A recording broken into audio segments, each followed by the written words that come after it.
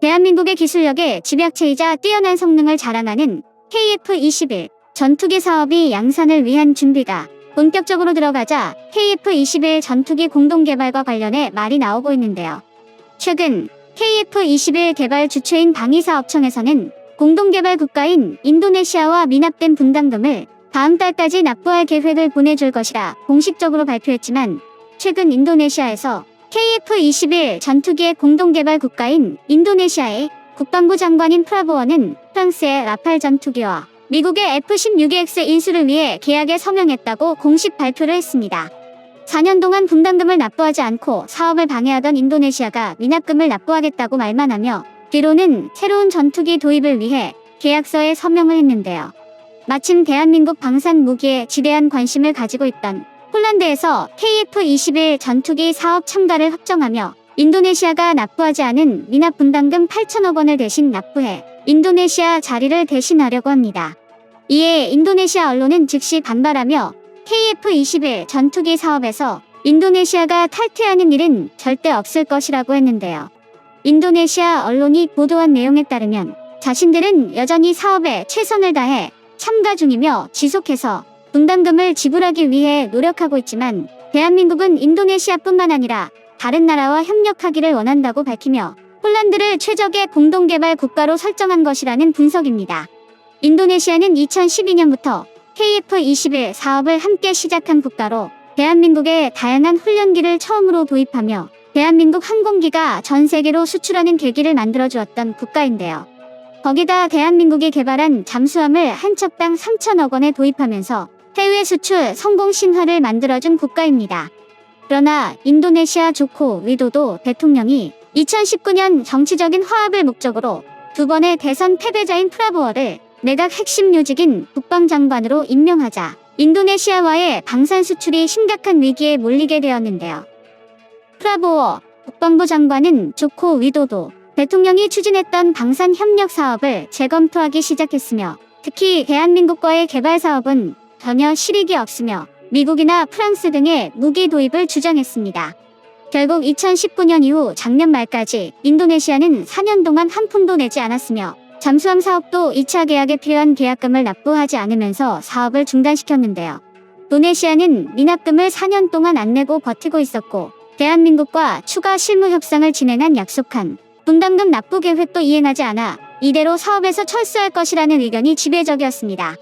이에 프라보어 국방부 장관은 미국과 프랑스 등을 기웃대며 전투기 도입을 위해 뒤로 협상을 진행했는데요.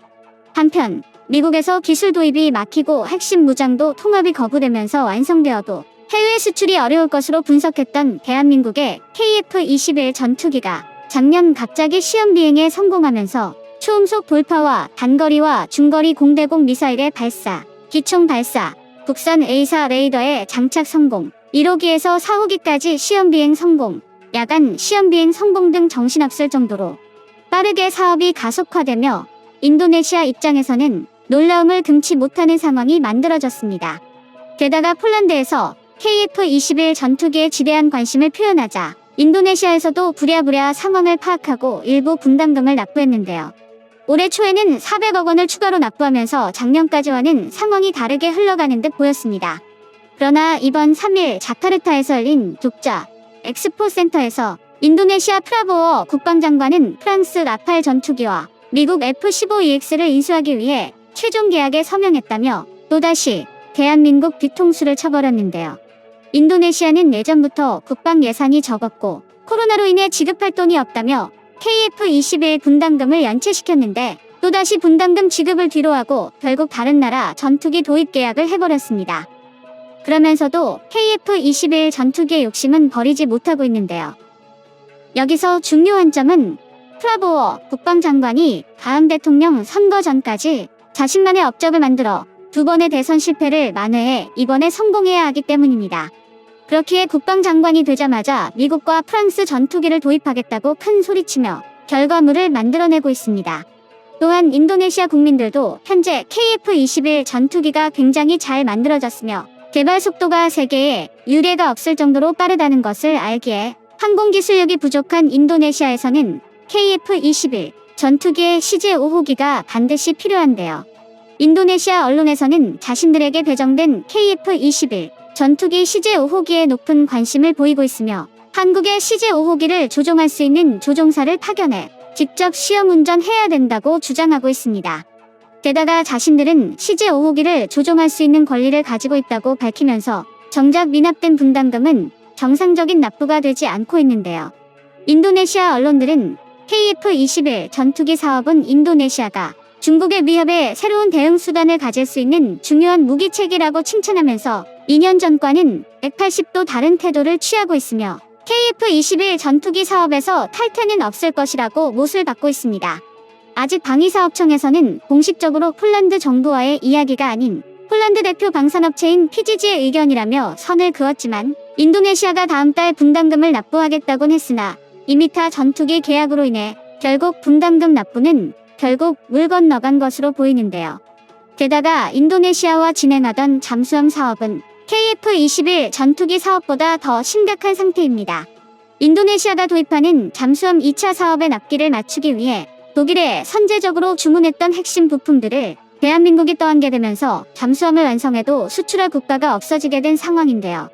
현재 방위사업청과 대우조선해양은 인도네시아에 납품하기로 한 잠수함을 폴란드와 루마니아에 접촉해 판매하기 위해 진땀을 흘리고 있습니다.